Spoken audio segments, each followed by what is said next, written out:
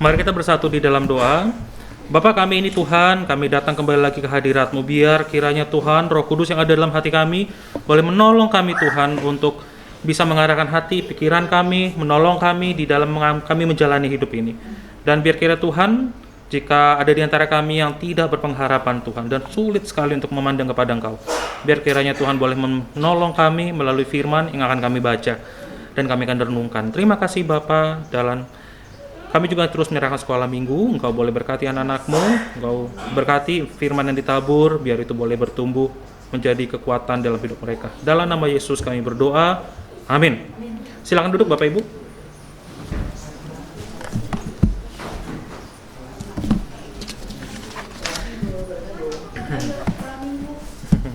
Ya, ikut lausenya ya. Ayo bapak-bapak yang mau ke atas silakan sekolah minggu.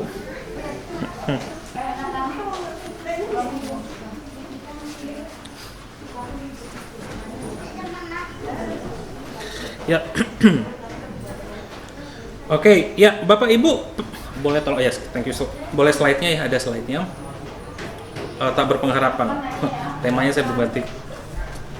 Nah, saudara-saudara, mungkin sebagian dari kita pernah membayangkan kisah Ayub ya, Bapak Ibu ya, seorang yang begitu dipuji, seorang yang ditulis bahkan di dalam Alkitab adalah seorang yang saleh, ia jujur akan Allah dan menjauhi kejahatan. Tapi menderita dengan secara luar biasa. Nah, saudara-saudara, dia adalah seorang yang terkaya di sebelah timur. Dia punya 7.000 ekor kambing domba. Anggaplah satu ekor domba 3 juta, 21 miliar. Waduh, Bapak Ibu dingin saya udah dengarnya. Baru 7.000 ya, belum yang kedua. 3.000 ekor unta. Ya, dengar-dengar di unta nggak ada dijual. Tapi kalau dirialin katanya kalau di Timur Tengah bisa 30-40 juta. Bisa ya mungkin 180 M kali 90 M miliar. Dia punya 500 pasang lembu, berarti betina dan jantan. Ya, satu lembu berapalah? 20, 25, 30. 10 miliar kali 2, 20 miliar. 500 keledai betina. Nah, keledai betina kalau kalau saya cek di Google itu harganya mahal kalau keledai. Satunya katanya sekitar 7.000 sampai 7.500 rial, 300 juta katanya. Padahal lebih kecil daripada sapi ya. Itu 150 miliar. Belum budak-budak yang tidak terhitung. Keluarganya baik. Bapak Ibu, kita bisa bayangkan Ayub dalam posisi puncak, Bapak Ibu. Posisi puncak, anak udah ada, semua harta sudah ada, tinggal tunggu mati tenang. Tunggu mati tenang, udah kelar. Bahkan Alkitab mengatakan dia sangat dipuji. Tetapi Tuhan memberikan dia satu pencobaan yang besar, sampai akhirnya benar-benar dia pada satu titik di mana dia kehilangan pengharapannya. Kita akan lihat beberapa ayat, Bapak Ibu. Mungkin kita merasakan ayat-ayat ini ya, ayat-ayat ini. Misalnya kalau kita melihat Bapak Ibu Ayub 3 ayat 26, dia ngomongnya begini. Setelah Tuhan izinkan ya untuk iblis ambil, semua anaknya mati, nggak tersisa satupun, semua hartanya habis, tak tersisa satupun, dan kemudian dia ada borok, ada luka yang begitu gatal sehingga dia harus garuk dengan beling, Bapak Ibu. Dia ngomong begini di berbagai Ayub. Tak berpengharapan. Aku tidak dapat tenang, atau ini saya gunakan versi mudah dibaca ya. Versi FMD, Bapak Ibu punya versi TB, silakan dibaca. Ayub 3 26, aku tidak dapat tenang atau beristirahat. Aku sangat bingung untuk beristirahat. Pernah ngalamin Bapak Ibu? Ayub 7 ayat 26. Hari-hariku berjalan lebih cepat daripada alat tenun. Mungkin kalau zaman sekarang hari-hariku berjalan lebih cepat daripada sinyal HP, Bapak Ibu. Daripada alat tenun, dan hidupku berakhir tanpa pengharapan. Mungkin kalimat-kalimat ini bisa disimpan Bapak Ibu. Nanti kalau sudah tak berpengharapan, tinggal diserukan Bapak Ibu. Jadi doanya keren pakai Ayub. Ayub 3 ayat 11, mengapa aku tidak mati ketika aku dilahirkan? Mengapa aku tidak mati pada waktu kelahiranku?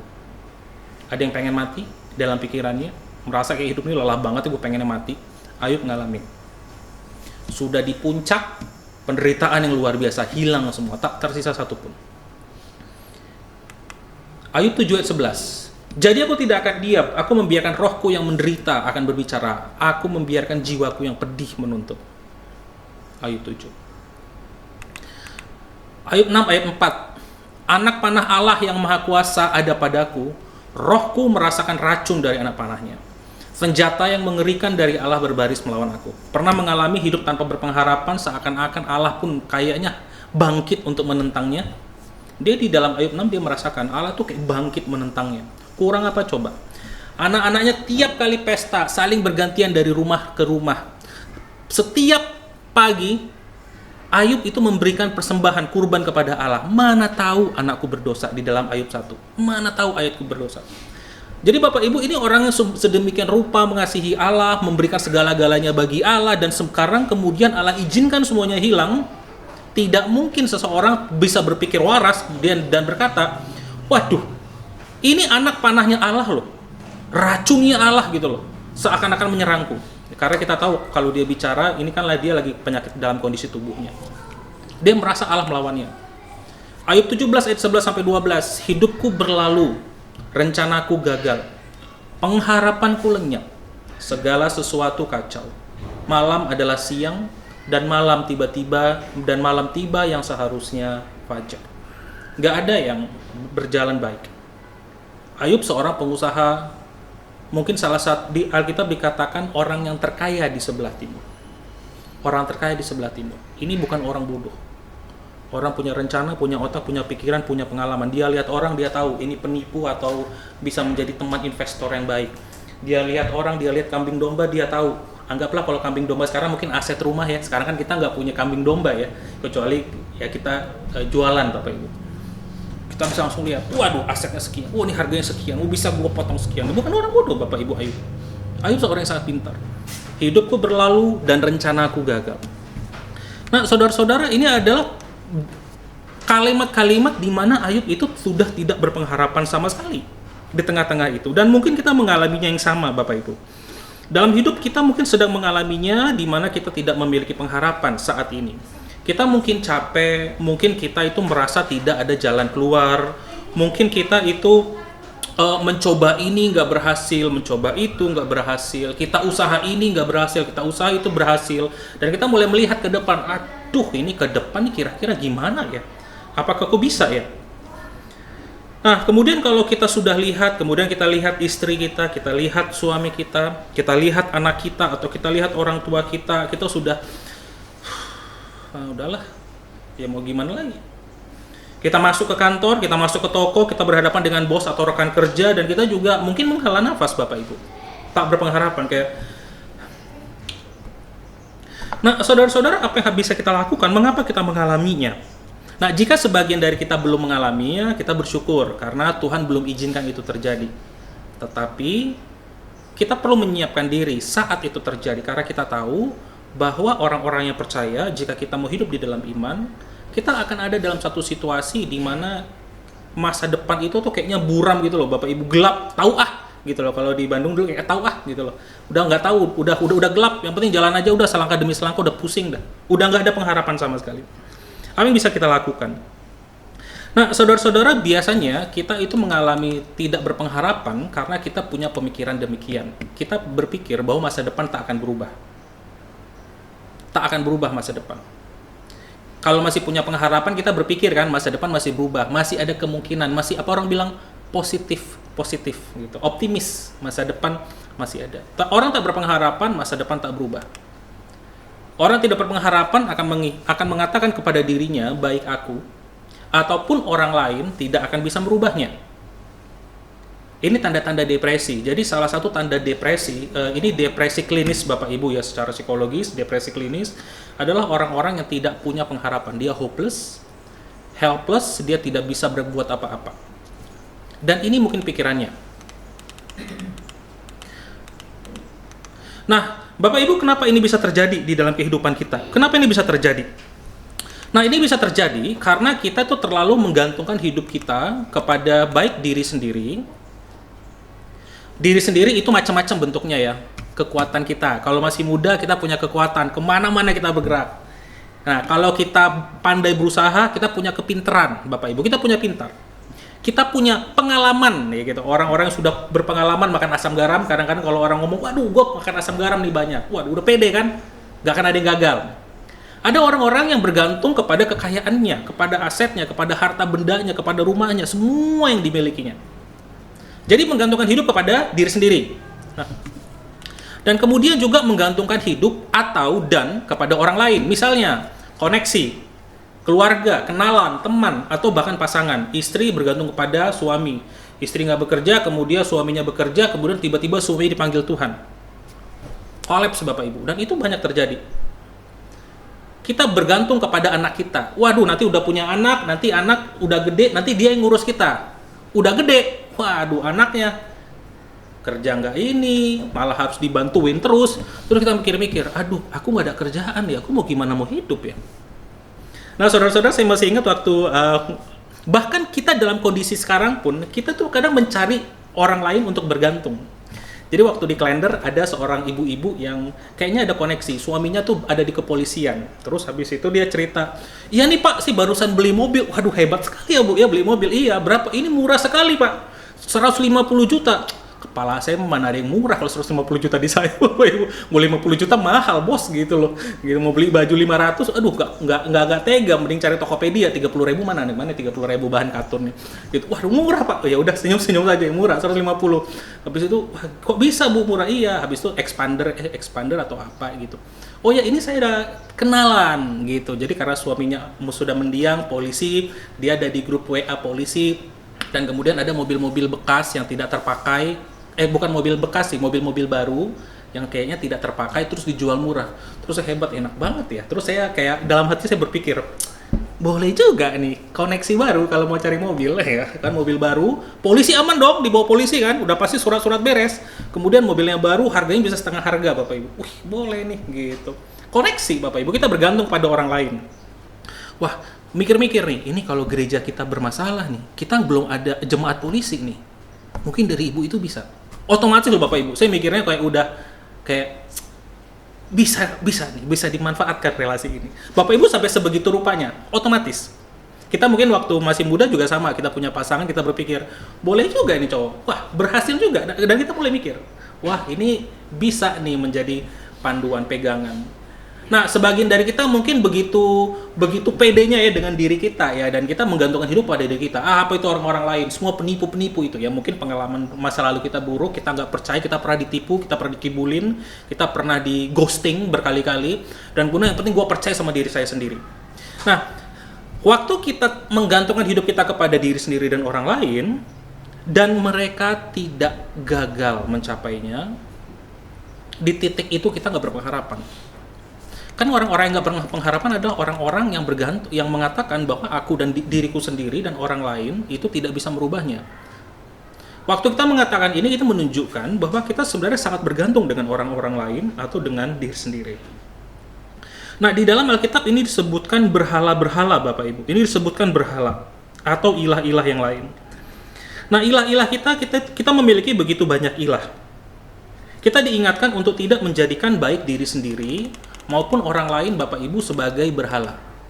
Berhala pada zaman lalu bentuknya dewa-dewi. Pada saat ini berhalanya bentuknya macam-macam.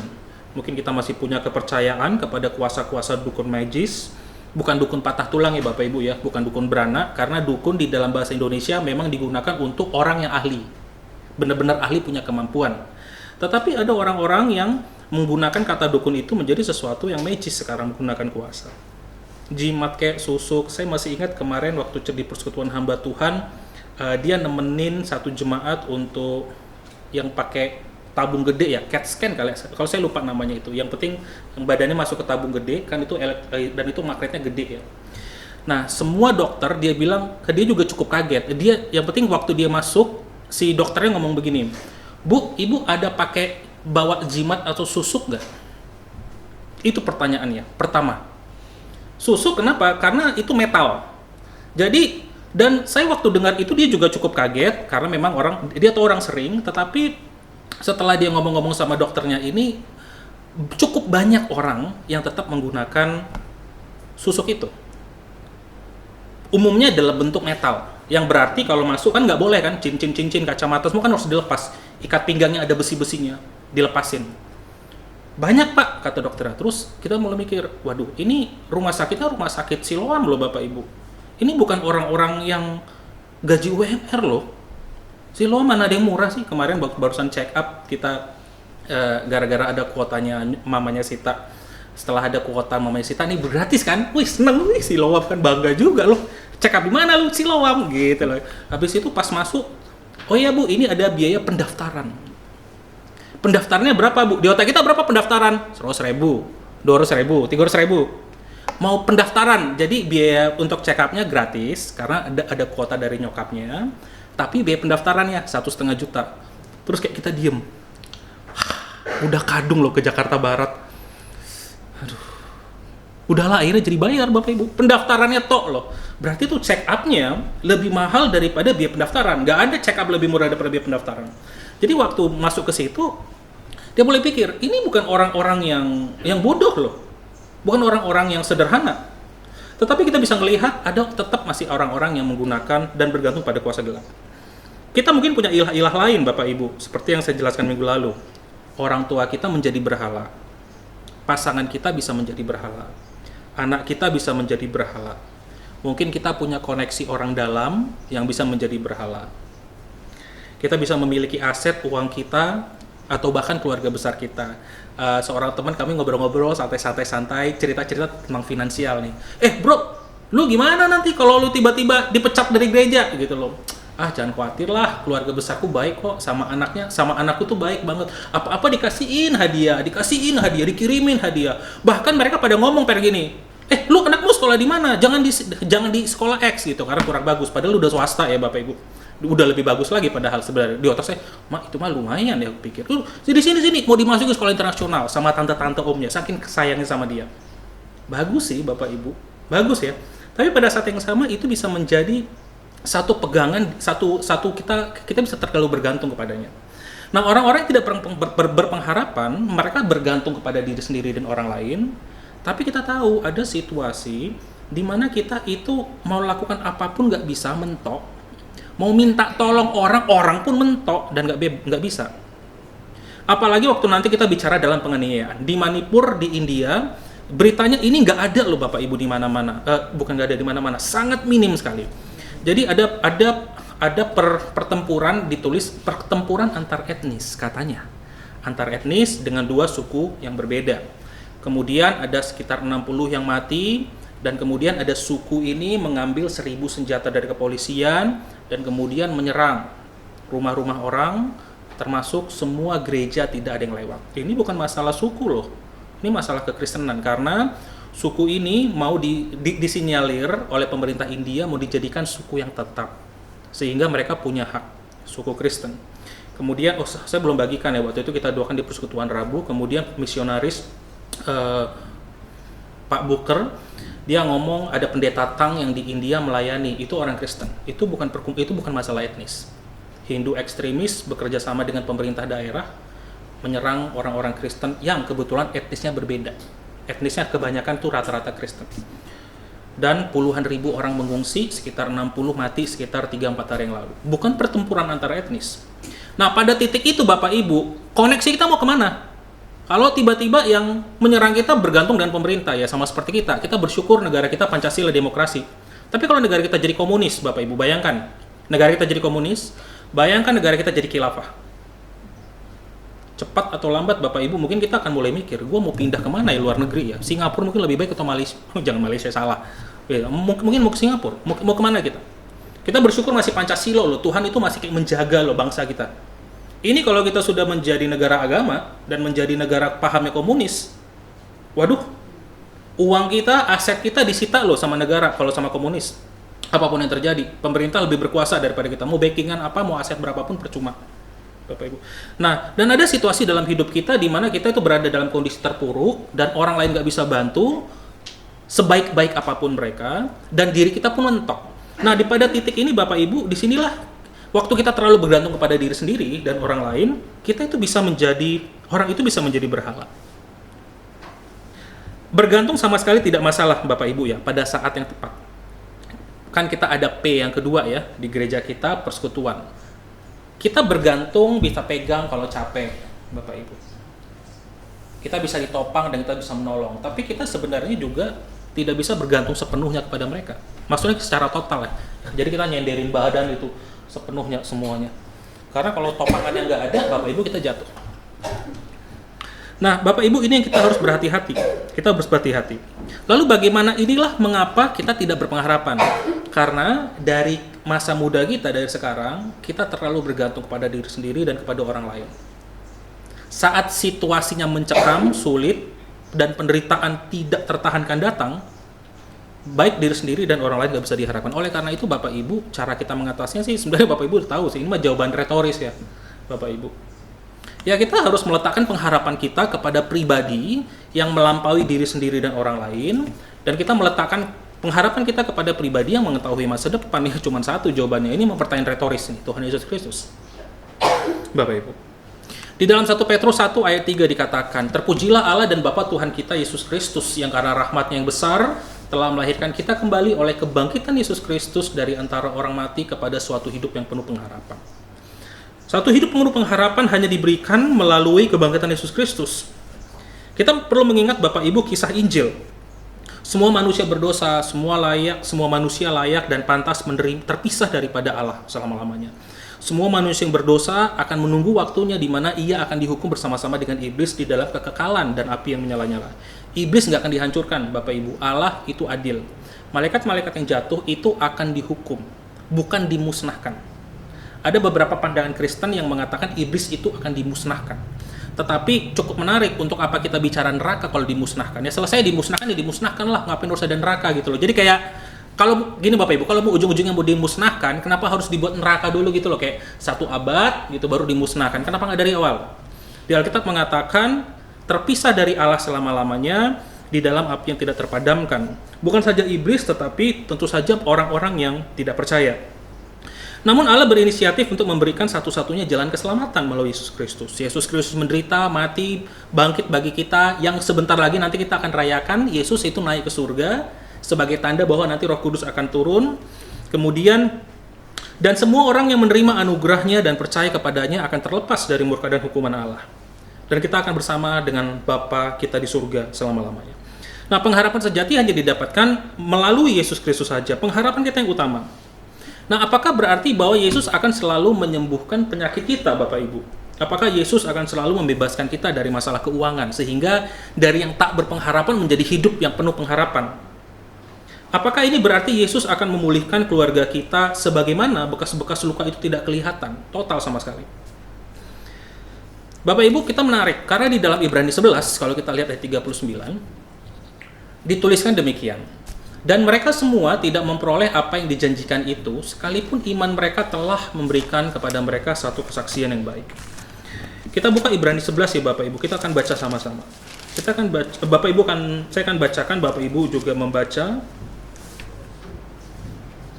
Saya akan bacakan dari ayat 32 sampai 40 dengan cepat, Bapak Ibu bisa baca. Apakah ini berarti Tuhan akan selalu memberikan yang selalu membereskan masalah kita? Enggak. Ayat 32 ya, Ibrani 11 ayat 32 sampai 40. Ini bicara tentang pahlawan iman. Dan apakah lagi yang harus aku sebut, sebab aku akan kekurangan waktu apabila aku hendak menceritakan tentang Gideon, Barak, Simson, Yefta, Daud, dan Samuel dan para nabi yang karena iman telah menaklukkan kerajaan-kerajaan, mengamalkan kebenaran, memperoleh apa yang dijanjikan, menutup mulut singa-singa, memadamkan api yang dahsyat. Mereka telah luput dari mata pedang, telah beroleh kekuatan dalam kelemahan, telah menjadi kuat dalam peperangan, dan telah memukul mundur pasukan-pasukan tentara asing. Ibu-ibu telah menerima kembali orang-orang yang telah mati sebab dibangkitkan, tetapi orang-orang lain membiarkan dirinya disiksa dan tidak mau menerima pembebasan supaya mereka beroleh kebangkitan yang lebih baik. Jadi ada orang-orang yang di dalam kehidupannya dengan imannya Bapak Ibu, Tuhan memberikan begitu banyak berkat yang melimpah. Orang mati bangkit, gimana nggak senang coba? Anaknya yang udah mau pasrah setengah mati, Tuhan bangkitkan. Ada. Dengan iman mereka memadamkan api yang dahsyat. Mereka telah luput dari pedang. Ada nggak orang-orang Kristen yang dalam imannya luput dari pedang? Banyak. Berkat Tuhan itu selalu ada, mukjizatnya ada. Jadi hidup. Waktu kita percaya kepada Yesus, ada orang-orang, dan kita nggak tahu apakah kita salah satunya akan memiliki kehidupan yang seperti itu. Tetapi di ayat 36, ada pula yang diejek dan didera, bahkan yang dibelenggu dan dipenjarakan. Imannya mana? Tadi di cerita sebelumnya, imannya menyelamatkan, imannya menolong. yang Tuhan akan berikan. Tuhan akan berikan segala-galanya. Tapi 36, penulis Ibrani mengatakan tidak semua orang yang beriman kepada Yesus akan menerima segala sesuatu yang kita inginkan. Ada yang diejek, didera, bahkan dibelenggu dan dipenjara. Mereka dilempari, digergaji, dibunuh dengan pedang. Mereka mengembara dengan berpakaian kulit domba dan kulit-kulit kambing sambil menderita kekurangan, kesesakan, dan siksaan. Dunia ini tidak layak bagi mereka. Mereka mengembara di padang gurun dan di pegunungan, dalam gua-gua dan celah-celah gunung. Bagi kita, Bapak Ibu, mendengar kalimat ini, aduh Tuhan, kalau boleh punya rumah lah, satu lah. Kita bukan suku nomaden. Kita pengen ada satu tempat di mana kita bisa tinggal, bernaung, suatu ketika kita bisa kembali kepadanya. Kembali ke tempat itu. Tapi ini orang-orang yang mengembara di padang gurun. Tidak ada tempat. Dan mereka semua tidak memperoleh apa yang dijanjikan itu. Menarik ya, ayat 39, ada golongan orang percaya yang tidak memperoleh apa yang dijanjikan. Berarti mereka sudah percaya pun, sampai pada matinya, mereka tidak menemukan solusi dari hidup mereka, bahkan mati. Di sisi lain, ayat 33, kalau kita baca ya, ayat 33, yang karena iman telah menaklukkan kerajaan, mengamalkan kebenaran, memperoleh apa yang dijanjikan. Nah, saudara-saudara, apakah Yesus berarti selalu akan menyembuhkan penyakit kita waktu kita bergantung kepada Yesus? Tidak selalu. Apakah Yesus akan selalu membebaskan kita dari masalah keuangan, atau masalah penderitaan, atau masalah keluarga? Walaupun kita beriman dengan luar biasa. Tidak selalu. Dan kita nggak tahu kita berada di dalam posisi mana sekarang. Nah, tetapi kita bisa melihat, Bapak Ibu, bahwa ini merupakan, tapi kita bisa melihat bahwa dengan iman, sama seperti orang-orang percaya ini, mereka bisa berjalan bersama-sama dengan Tuhan. Kita menyadari bahwa kalaupun kita itu diejek dan didera, ayat 36, kalaupun kita dibelenggu dan dipenjarakan, yang kita belum tahu ya, bisa jadi kita meninggal dalam kondisi hidup baik-baik. Ya, banyak orang percaya tetap meninggal dalam kondisi hidup baik-baik, dengan aset yang melimpah, keluarga baik-baik saja, ada. Tapi kalaupun itu terjadi, kalaupun kita dilempari, digergaji, dibunuh dengan pedang, dan kita mengembara dengan berpakaian kulit domba, ya mungkin bukan berpakaian kulit domba ya, berpakaian pakaian dari toko-toko yang paling murah, Bapak Ibu, yang mungkin bahannya polyester. Saya barusan kemarin beli beli baju couple. Berapa bajunya? 15.000. Wih, murah dong. Saya udah curiga, Bapak Ibu. Saya itu badan saya nggak bisa pakai baju polyester 100%. Beli, udah beli terus kayak Shopee. Curiga saya, ini bahannya ini kayaknya polyester nih. Gitu. Pas pakai, wih, bener. Sama sekali nggak nyerap keringat, Bapak Ibu. Jadi bisa bayangkan ya, Bapak Ibu, jika suatu ketika pun nanti saya quote suatu pakaiannya, kita pakai pakaian yang sama seperti itu. Dan terus, bukan satu atau dua. Dan menderita kekurangan, kesesakan, dan siksaan. Dan kita mengembara di padang gurun, dan di pegunungan, dan di dalam gua-gua, dan di celah-celah gunung. Dan kita nggak memperoleh apa yang dijanjikan. Tapi ayat 40, sebab Allah telah menyediakan sesuatu yang lebih baik bagi kita. Tanpa kita, mereka tidak dapat mencapai kesempurnaan. Ada iman yang Tuhan berikan. Kalau kita melihat referensi di ayat lain, Tuhan memberikan penyertaan Allah. Yohanes 14 ayat 16-18, Yesus ngajar kepada para murid, sebelum gua pergi, meninggal dan gua bangkit ke surga, Tuhan akan mengatakan ada seorang penolong yang lain. Tuhan tidak akan meninggalkan kita sebagai yatim piatu. Nah, ini merupakan hadiah terbesar yang Allah berikan bagi kita waktu Roh Kudus hadir dalam hidup kita, Bapak Ibu. Waktu Roh Kudus hadir. Di mana waktu Roh Kudus hadir, berarti Bapak Ibu ingat ya, Roh Kudus itu artinya Allah. Berarti Allah hadir bersama-sama dengan kita dan ada di dalam kita. Dan waktu kita berjalan, walaupun jika Tuhan izinkan kita diejek, didera, dan mengembara, dilempari, dan digergaji, Bapak Ibu, berarti kita melihat masa depan kita tahu gitu loh, memang gelap gitu, masih tetap gelap, tidak ada jalan terbuka, tidak ada orang bilang apa ya, kayak lagi masuk terowong terus kayak ada secercah cahaya gitu loh. Jadi sampai sekarang kita 10 tahun hidupnya itu kayak mana cercah cahayanya, kok nggak lihat, gelap aja terus 10 tahun jalan di dalam terowongan, kayaknya nggak lihat apa-apa. Tetapi kita melihat bahwa ada Roh Kudus yang hadir di dalam diri kita. Allah hadir di dalam diri kita. Oleh karena itu, makanya kita bisa berkata di dalam Mazmur 23 ayat 1, Tuhan adalah gembalaku, takkan kekurangan aku. Waktu Allah sudah hadir, itu merupakan kekuatan bagi kita untuk kita berjalan dalam iman, walaupun kita melihat di depan tuh masih gelap gitu loh, masih kayak aduh mau ngapain, udah bingung gitu. Nah ini menarik, karena Musa itu menyadari hal ini. Musa menyadari hal ini. Keluaran 33 ayat 15-16, Musa berkata kepada Allah, jika engkau sendiri tidak membimbing kami, janganlah suruh kami berangkat dari sini. Musa menyadari bahwa bukan berkatnya yang Allah inginkan, yang Musa inginkan. Yang Musa inginkan adalah, aku butuh si pemberinya, aku butuh orangnya. Bayangkan Bapak Ibu, kita memiliki orang tua atau memiliki pasangan akan memberikan apapun yang kita inginkan, tetapi dia tidak memberikan kehadirannya bagi kita. Untuk sementara kita senang, dapat duit 100M, nih, bebas. Jangan sebut gue bokapmu lagi ya, jangan tanya-tanya gue lagi, aku nggak perlu. Yang penting kita putus hubungan, bus, kelar. Kasih sumber uang. Enak sih, enak lah ya, rumah untuk sementara waktu ya. Tapi pada saat yang sama kita tahu bahwa kita butuh seseorang yang bisa kita andalkan, Bapak Ibu. Kan diri kita nggak bisa kita andalkan, orang lain kita nggak bisa andalkan. Bayangkan kalau Tuhan itu tidak hadir dalam diri kita. Tuhan akan berikan apapun yang kita inginkan, tapi cuma satu yang Tuhan nggak kasih. Dirinya sendiri. Tuhan akan kasih apapun yang kita inginkan, semua minta yang kita inginkan, tetapi setelah itu Tuhan akan tutup pintu dan mengatakan,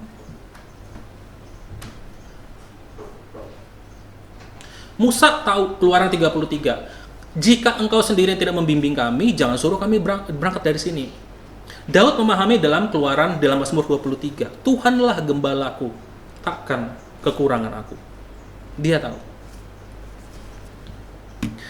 Nah, jika saat ini kita sedang berada di tengah badai, Bapak Ibu, jika suatu ketika kita berada di tengah badai, suatu ketika, dan saat ini jika kita putus asa, atau suatu ketika kita berputus asa, ingat, bahwa Allah itu berada di dalam kapal bersama-sama dengan kita. Kita seringkali lupa, sama seperti para murid. Lagi mereka mau menyeberang, Yesus tidur di dalam kapal, dan Tuhan kami binasa. Bapak Ibu kalau dipikir-pikir ya Bapak Ibu, Tuhannya ada di dalam kapal. Tapi mereka bangunin Yesus, Tuhan kita akan binasa. Jadi agak sedikit lucu ya Bapak Ibu ya. Kita punya Tuhan di dalam hati kita, tetapi waktu ada gelombang badai hidup, kita akan berpikir, wah udah celaka nih. Dan kita lupa Bapak Ibu. Tuhan tetap aja rileks Bapak Ibu, tetap tidur. Nah kita bisa melihat Bapak Ibu di dalam Roma, dan ini menjadi satu pergumulan ya. Jadi waktu kita mengalami keputusasaan, kita harus melihat kepada Yesus. Fase-fase pergumulan atau keputusasaan biasanya begini. Sebagai orang Kristen yang baik, ya kan, biasanya ini kalimat pertama yang kita muncul saat ada kekurangan, penderitaan, penganiayaan, atau kehilangan. Ya, orang Kristen yang baik ngomongnya begini. Dengan telanjang aku keluar dari kandungan ibuku. Dengan telanjang juga aku akan kembali kepada Tuhan yang memberi, Tuhan yang mengambil. Terpujilah nama Tuhan. Wih, amin, haleluya. Wah, tepuk tangan. Wah, beriman kuat ya. Hari pertama, hari kedua, hari ketiga, hari keempat, hari kelima. Langsung Ayub 3. Baru aja ngomong Bapak Ibu, Ayub 1 ayat 21. Ayub 1, Ayub 3. Mengapa aku nggak mati ketika aku dilahirkan? Mengapa aku tidak mati waktu kelahiranku? Tadi di awal-awal Bapak Ibu bisa baca ya, kalimat-kalimat yang tak berpengharapan. Dari beriman, ceter, langsung jus masuk ke lubang yang paling dalam. Pengennya mati, nggak kuat. Wih, belum kelar Bapak Ibu. Diri nggak bisa disalahkan, orang nggak bisa disalahkan. Salahinnya Tuhan, mantap. Anak panah Allah yang maha kuasa ada padaku. Jadi maksudnya Allah itu memanahkan, dan anak panahnya kena. Rohku merasakan racun dari anak panahnya. Bapak Ibu, Ayub loh ya. Ayub bisa ngomong. Dan ini fase udah masuk paling dalam Bapak Ibu. Fasenya seperti itu. Senjata yang mengerikan dari Allah berbaris melawan aku. Ini bukan berarti kalau Bapak Ibu baca Ayub 6 ayat 4, berarti Tuhannya jahat. Enggak. Tapi ini memang respons psikologis, respons emosi yang semua orang akan alami. Dari kita beriman kepada Tuhan, katanya, tetapi kan Tuhan uji ya, sama seperti emas, apakah murni atau enggak, harus dipanaskan. Dan Tuhan mengizinkan iman Ayub dipanaskan. Bahkan Ayub yang dipuji oleh penulis Alkitab, tetap Bapak Ibu jatuh. Apalagi kita. Imannya jatuh. Fasenya makin turun. Tetapi Bapak Ibu, endingnya apakah seperti itu? Di dalam Ayub 42, di dalam fase yang terakhir dalam hidupnya, di mana teman-temannya udah nyala-nyalahin dia, udah bukan ngatain ya. Lu itu sih, lu berdosa, lu harus balik kepada Tuhan. Yang sebenarnya Ayub itu dihukum, bukan dihukum, mengalami penderitaan bukan karena dosanya. Pada akhirnya imannya bergerak menaik di dalam ayat 42 ayat 2 sampai 6. Ayat 42, aku tahu bahwa engkau sanggup melakukan segala sesuatu dan tidak ada rencanamu yang gagal. Tadi kita lihat ya di ayat awal, semua rencanaku gagal, semua hidupku gagal. Orang pinter kalau udah ngomong kayak gitu Bapak Ibu, orang kaya, pebisnis sukses, kalau udah ngomong kayak gitu, kita bisa tahu itu udah titik terendah dalam hidupnya. Tapi ayat 2, di dalam Ayub terakhir, dia mengatakan segala sesuatu rencanamu gak ada yang gagal. Firman-Mu, siapakah yang dapat menyelubungi keputusan tanpa pengetahuan? Itulah sebabnya tanpa pengertian. Jadi ngomongnya gini, maaf Tuhan, aku itu memang ngebacot, ngomong tanpa mikir. Tentang hal-hal yang sangat ajaib bagiku dan yang tidak aku ketahui. Jadi kalau kita lihat Ayub 41, 39, itu Ayub itu tadi komplain, kemudian setelah itu Allah itu menjawab. Dan dia baru menyadari kondisi itu. Firmanku, dengarlah maka akulah yang akan berfirman, aku akan menanyai engkau. Ayat 5, hanya dari kata orang saja aku mendengar tentang engkau. Tadi sama ya Bapak Ibu. Kebanyakan kita orang percaya juga sama. Dari Pak Periadi saya mendengar tentang engkau. Dari pendeta X aku mendengar tentang engkau. Dari pendeta Y aku mendengar tentang engkau.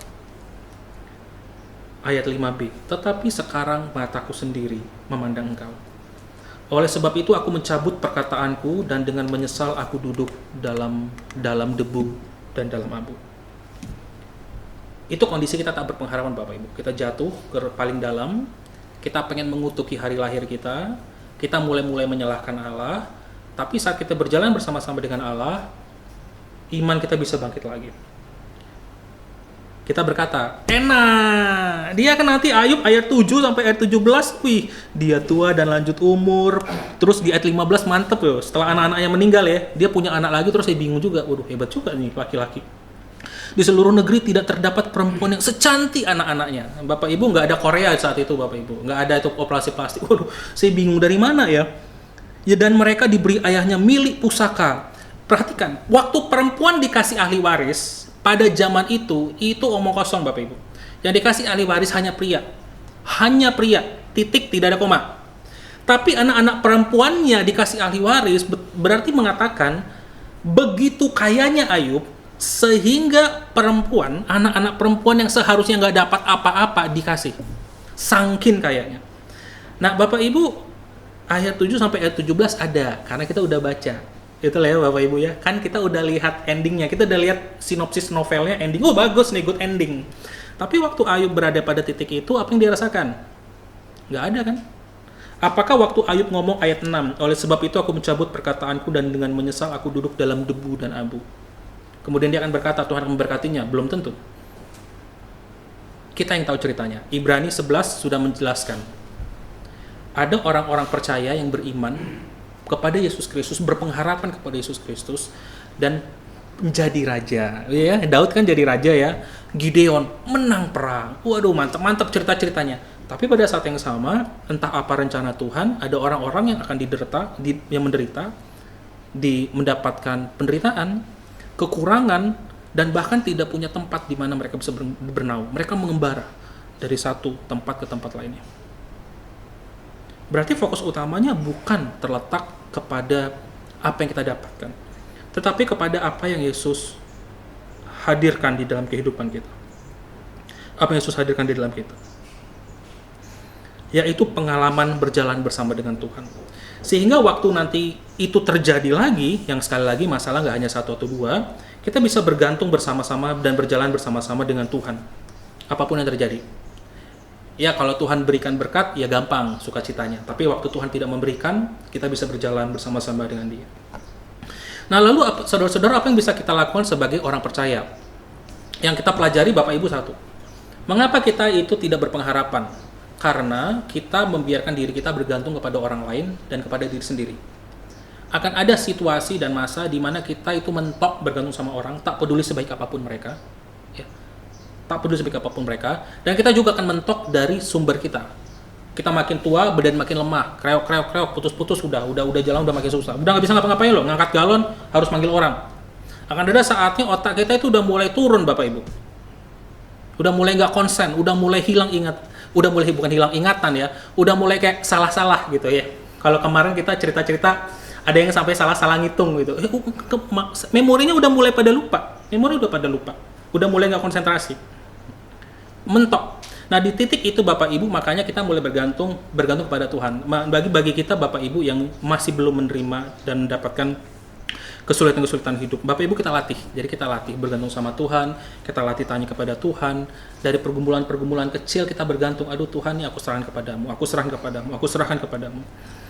Nah, sebagai orang percaya kita bisa melakukan beberapa hal. Nah, Bapak Ibu penyembahan, ya kita belajar, kita kenalin Allah, kita mengasihi Allah.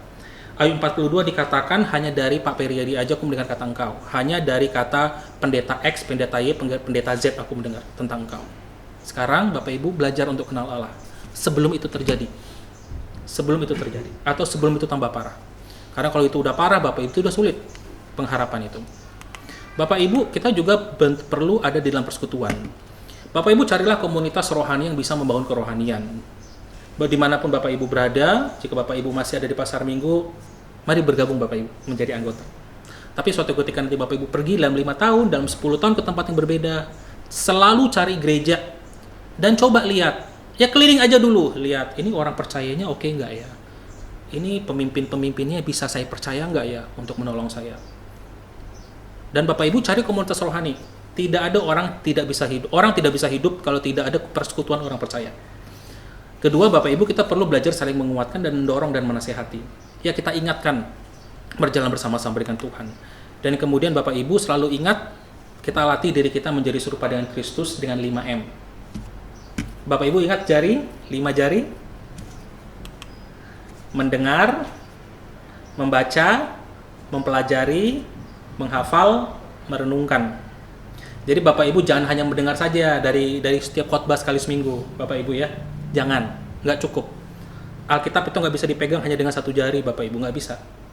Mendengar, membaca, mempelajari, menghafal, dan merenungkan. Ya kita latih itu. Saat itu terjadi Bapak Ibu, kita bisa memiliki pengharapan untuk berjalan bersama-sama dengan Tuhan. Kalau Tuhan memberkati dan menyelesaikan masalah kita, puji Tuhan, kelar, yes, selesai. Wah, Tuhan berikan ini, berikan itu, berikan ini. Waduh, Tuhan memberikan pemulihan, kita senang. Tapi kalau Tuhan tidak memberikannya, kita juga tetap bisa berjalan bersama-sama dengan Tuhan. Mari kita bersatu dalam doa. Bapa kami dalam surga, tolong kami Tuhan pada saat ini untuk boleh berjalan bersama-sama dengan Engkau waktu kami tidak memiliki pengharapan. Mungkin ada di antara kami Tuhan yang saat ini gelap Tuhan ke depan dan tidak ada satu cercah cahaya apapun, titik cahaya apapun. Tuhan, hadirlah bersama-sama dengan saudara-saudari kami dan Tuhan biarlah Roh Kudus-Mu boleh memberikan kekuatan bagi mereka. Tuhan, biar karunia Tuhan, kami juga menjadi orang-orang percaya, menjadi gereja, kami juga boleh memberikan ucapan berkat, perlindungan, pertolongan, kekuatan, bukan hinaan, bukan hinaan atau merendahkan orang itu. Tuhan tolong kami juga sebagai sesama yang orang percaya yang lainnya. Kami juga sungguh serahkan agar saudara-saudari kami, agar kami semua Tuhan boleh tetap bergantung kepada Engkau. Pimpin kami Tuhan, dalam nama Yesus kami berdoa. Amin.